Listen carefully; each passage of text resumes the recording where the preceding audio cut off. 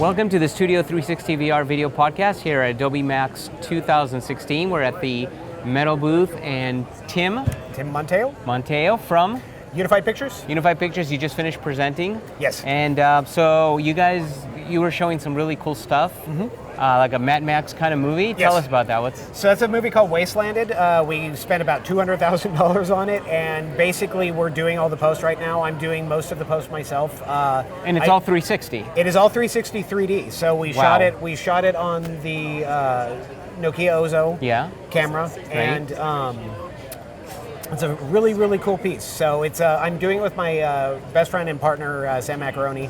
He has a company called Thundership, so we do all of our VR stuff through Thundership. And how did you like working with the OZO? The OZO is a great camera. I've gotten a chance to work with the Google Jump camera. We've worked with the Jaunt camera. We've worked with the Hero 360s. As far as cameras go, the OZO is actually built to do 360 VR, and it's a very compact camera, so it's very easy to work with. And we had a pair of them, so we were able to swap them out. Did you rent them, or? So we own one, and we rented one. Wow. So, okay. But what's interesting about it is they, just like all other cameras, they overheat. So when we were shooting our piece in the desert, we had to have a backup camera just in case it overheated. Never did, but came close because it was like 112 degrees outside. What are some things to look out for when shooting with the OZO that you've learned that you weren't aware of?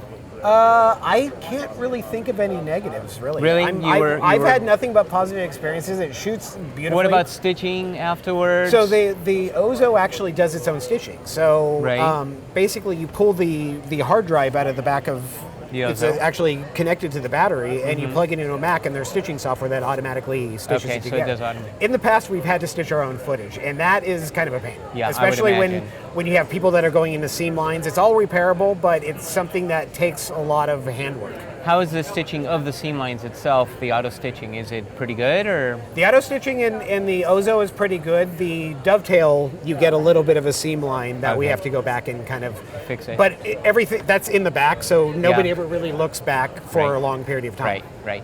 Now, what's interesting is you've done a lot of posts, and most people today is they shoot and publish, right?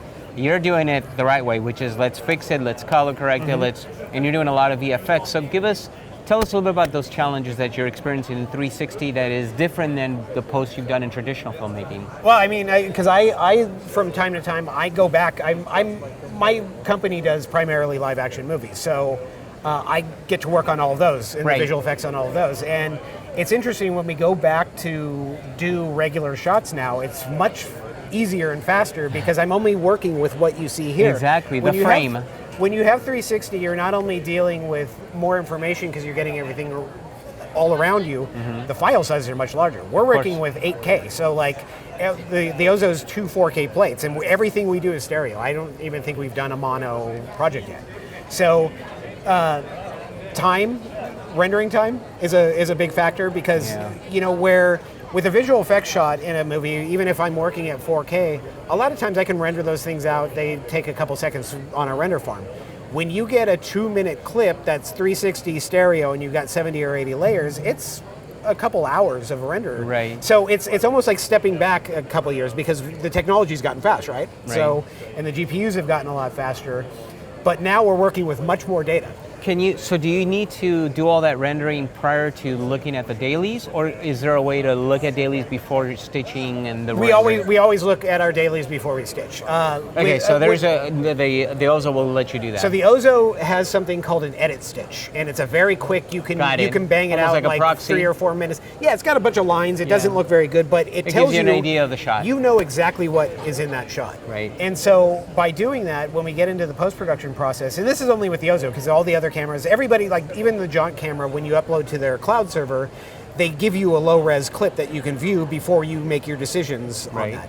But it's always most important because you only want to stitch what you're going to use because it's expensive, time-wise, to stitch. And some of these shots, like that 1-minute shot that you saw where we're flying over the cars, that took, I think, 17 hours for the computer, and it's on a fast trash can Mac.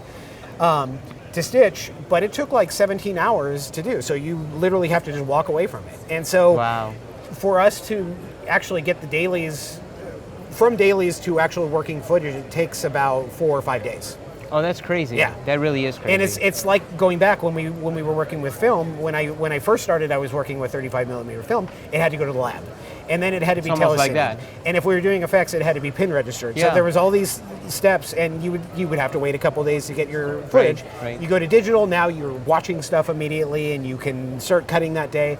With this sort of 360 filmmaking, we've kind of had to take a step back, and now there's a lot of more processing to get you to editorial. Now, what camera did you use on the drone? The OZO. Oh, so you mounted the OZO? Yes, we Oh, wow. actually we. So you had a big drone, a DJI or? No, it was like a 35,000. No, it was 6 feet long. It was huge. Yeah. The drone pilot himself does a lot of really high-end music Got it. videos and movie sorts of things. But It's I mean, not Cine Drones, is it? no, it was They do a lot of White stuff, too. Rabbit was Okay, the name of the all right. company. It was 3 or 4 guys that showed Got up, it, and got it. But Wait. you mounted an actual OZO on it. yeah. So it's Wow. and it's a little bit of a sketchy feeling. You've got a $65,000 camera Exactly. hanging from a drone, and That's $35,000. So you got $100,000. you've got up in the air. $100,000 in the sky. Of course, our drone pilots were impeccable and they're insured. Of course, yeah, right. Which is the most important, right? But there's when you're doing a project like that, we're really trying to kind of do something new and try to tell stories in this 360 world, which is that's what everybody's trying to do. And by doing that, you have to take risks. You have to, like mounting your drone your camera from a drone. But what we've ended up with is something that looks phenomenal, and you feel like you're flying. What you showed here was in 3D on the headset. It's got even better. It is so incredible. And what you saw here is very rough. There's still miles and miles to go. What's on your this goal project. with the movie? It was to showcase how can you tell a story, because a lot of what we're hearing now and we're getting back from our agents is people want to start developing series in VR. Yeah. So we're actually up for about 4 different projects that are serialized, that are 3 to 5 minutes long, that are actually storytelling where you're doing cuts and you're actually making a movie, but you're doing it in a 360 environment. Right. And it's exciting for us because that we're kind of on the cutting edge of that. There's not a lot of people doing that right now. Right. Definitely. Well, and that's the big question is the language of cinema in 360, right? How do you cut? How do you shoot for the cut? They used to say shoot for edit, but I mean, you're shoot shooting, the frame for edit. you're shooting everything, and I've heard it brought up a lot of times throughout all this people speaking here. Is first of all, when you're making cuts, and we learned this from John Gaeta over at ILMX Lab. We went down there a couple months ago, and what they showed us, we were looking at some of the Star Wars stuff that they were doing, and there was many cuts, and you're following C-3PO around. Every time you make a cut with C-3PO, he's always where you're looking. He's always in the direction. Right. So even if you cut and he's turned the corner, you're still looking at him this way. And that's the key. And that's the key. It's keeping people engaged, because if you're here and all of a sudden you cut around and now I have to go look over here for that person, now you've lost me. Now I have to go look around. And you know what's interesting, because I just watched a series. I don't want to say it because I'm about to say something negative about it, but I've heard about this. Overall, it was great. But there were times where they did the cut, and I'm like, okay, where am I right now? I'm totally lost. And I'm like, okay, this is something you can't do in VR. And what it comes down to is editorial. Like when we edit our movies, and this is a whole Skybox thing. This is where Skybox fits into our editorial workflow. Is Sam, my partner who edits this stuff, when we're cutting together, he's got his headset and he's like literally in Premiere, and he uses Skybox to re-yaw the footage. So if we're making a cut, he can, you gotta reorient. In editorial, he can reorient us. So when I get my plates and everything that I need to work with, I know exactly where everything needs to face, and I'm doing my effects accordingly. Right. So, and that's the most important thing, is if you're going to tell a story, make it so people don't have to look around. Because you can have cuts and you can do that, and it works. It works great. And the other thing is, it's a totally different experience to watch it in a headset than it is to watch it on your iPhone. I am a big believer, and it's funny because we just did a really big job for somebody, and they did all of their viewing through a YouTube 360 player, and we're like, dude, you have to watch it in the headset. And it's totally different. When they came back to make the changes. They wanted to make these really drastic changes. They weren't looking at it in a headset. So we finally had to bring the headset over and go, look, dude, this is the way it works. It's a big difference. And once you kind of understand that, because moving around a movie, when it's this big on the screen, you don't understand how much you have to actually turn your head. Right.